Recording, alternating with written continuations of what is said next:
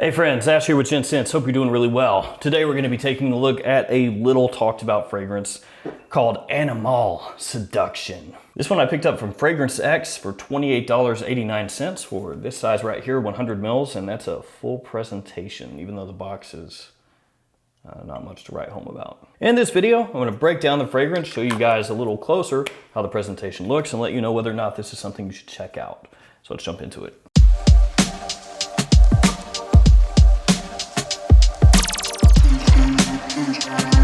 So the name here is Animale Seduction. Now this house is most well known for Animale, and that one is a little bit similar to Amen from Terry Mugler. It's a cheap fragrance, just like this one, that for a time was hyped. People would talk about it as a great cheap fragrance pickup, and nowadays it doesn't really get mentioned at all. So here's that one. Looks like a bit of a monstrosity, really. I mean, look how big that thing is. Friggin', that's a bottle, that's beefy. Also gets compared to Mugler's Angel for ladies. So this one is the most well-known one from the house, in my opinion. And now we have the much sleeker Animale Seduction. Yeah, see that? There's a bit of a difference. So that's what really caught my eye with this one. The fact that it was the same house as this one, and nobody talked about it, at least not that I had seen yet. Let's go ahead and just take a look at this presentation. The bottle is equal parts nice looking and extremely cheap looking, depending on how you perceive it. It reminds me a little bit of Elizabeth Taylor Passion for Men. This little design where it's kind of coming down, that reminds me of the Elizabeth Taylor Passion for Men box and bottle a little bit. The cap is really cheap. It's extremely thin, lightweight plastic. On the top, it says Animale, and it has this faux leather look to it. And that's really all this is. It's not a whole lot. The atomizer looks extremely cheap. It has that big kind of clunky old school look to it. The bottle itself though, feels pretty nice in the hand. It's got a decent amount of heft. I like the black paint. It's got a little bit of a matte look to it. On the side, you can see there the name of the house, and that looks good as well. And then on the bottom, it's got this kind of waffle pattern, and for some reason I like that too. The batch code is written on the sticker in black ink, and it's pretty hard to see unless you get the sun or the light to hit it correctly. The sun, what? It's 20316. I'll go ahead and waste a spray for you guys here as well.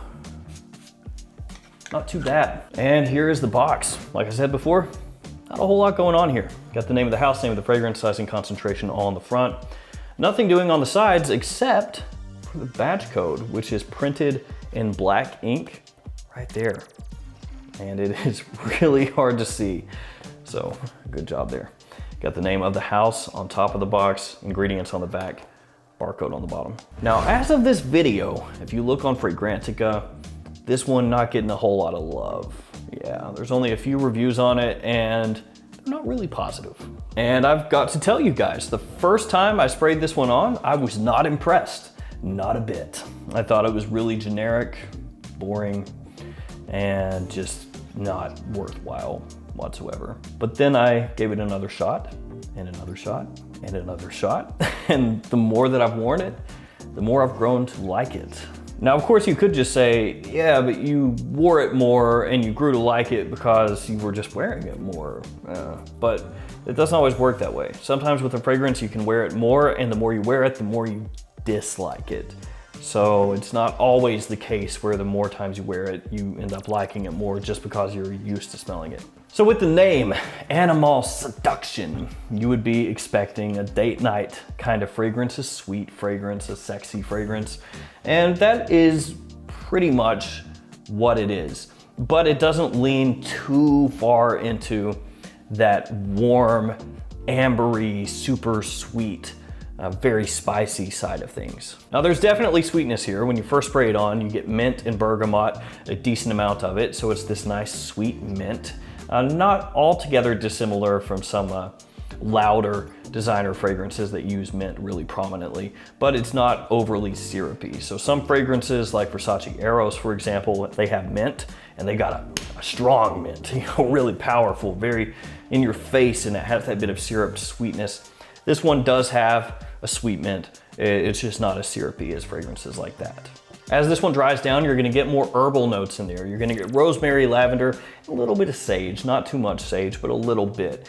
And it's not what I would call an overly realistic smelling herbal facet that this fragrance has. It's still very much trying to be a people-pleasing fragrance, and it does come across, you could say, maybe a little bit synthetic, where the herbal notes here don't smell truly like herbal notes. So you don't really have very much of a green facet here. You don't have any of that, you know, roughness around the edges where you smell maybe a little bits of earth or a little bits of the leaf itself. It's more so just, hey, here's a little bit of rosemary and lavender. All that said though, it is pleasant. Smells nice. Through the mid, carries over a little bit of that sweetness from the opening into the mid with the lavender and the rosemary.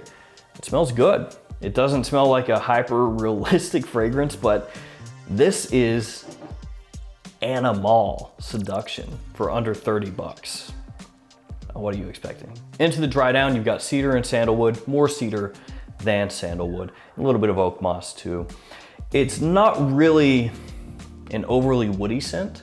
Now, I know I mentioned before that it doesn't go full on, you know, amber and warm spice and overly sweet kind of vibes. And of course, I'm kind of talking about fragrances like Dolce & Gabbana, the one, when I say that. But it does actually smell like there's some sort of amber vibe in the base, at least to me. So it smells like there's some sort of amber or maybe, you know, slight vanillic or tonka vibes. Those aren't notes in the fragrance, but that actually smells more prominent to me than the woods do. Certainly, like I said, you can pick up a little bit of that woodiness, the cedar most prominently, but it smells like there's something else in there, something that is giving a little bit of warmth, a little bit of sweetness in the Drydown.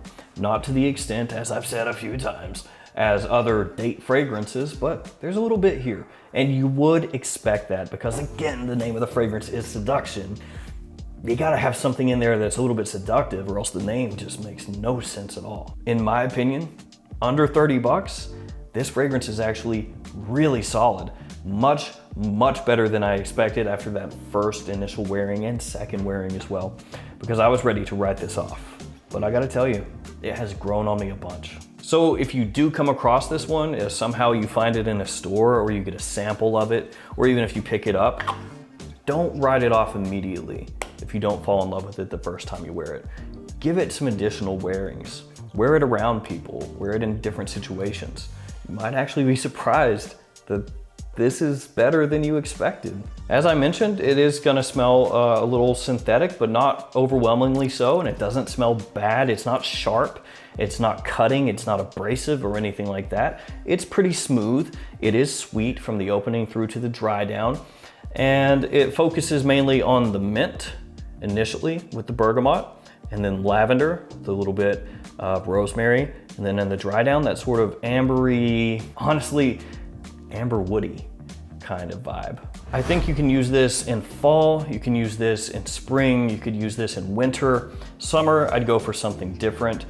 As far as day or nighttime use, it leans a little bit more toward nighttime use, which is not a surprise. The bottle's all black, it's called Seduction, but you can use this during the day as well because it's not too heavy. In terms of longevity, we're looking at 5 to 6 hours off my skin.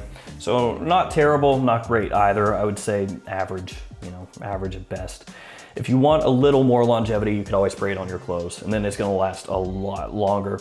And as far as projection goes, more moderate, maybe slightly below moderate. It's not really a heavy projector. And I've actually even come to really like this presentation. Like I said, reminds me of Elizabeth Taylor Passion, but it also kind of looks weird, like some sort of alien object or something. Like you could see this in a sci-fi film, something like that. I've started to like it. Some people will find this a little bit generic because it doesn't really change anything. It's not really groundbreaking. What it is though is inexpensive with decent performance. It smells pleasant. People like it. My wife actually said that she really enjoys the way that it smells, and it's very versatile. Casual use, you can do it. Office use, you can do it. Probably wouldn't go too heavy though in the office. It is a little more, like I said, leaning toward a nighttime type of scent, so you don't want to go overboard. Evenings out, obviously, you could do that. A date, yeah, you could pull that off too. So, like I said, lots of versatility. So there we go, guys. Animale Seduction, a fragrance that I did not like and I was ready to write off as just a crappy blind buy that I shouldn't have done. More I wore it, more I liked it, and it's one of those pleasantly surprising blind buys where you thought, I screwed it, I beefed it. And then, no, it's actually pretty good. If you're looking for something super unique, this is not really it. That being said, how many people are gonna be wearing this fragrance out there? Next to nobody. So maybe it actually is a little bit unique in that sense. Because realistically, for every, I don't know, 2,000 people wearing Dior Sauvage, maybe even more than that, there's gonna be one guy wearing this. So in that sense, it is a little bit unique. All right, everybody, it's gonna do it for me. As always, thanks for hanging out with me today. Thanks for all your support. Stay safe out there, and I'll see you guys tomorrow with another fragrance video. See you guys later.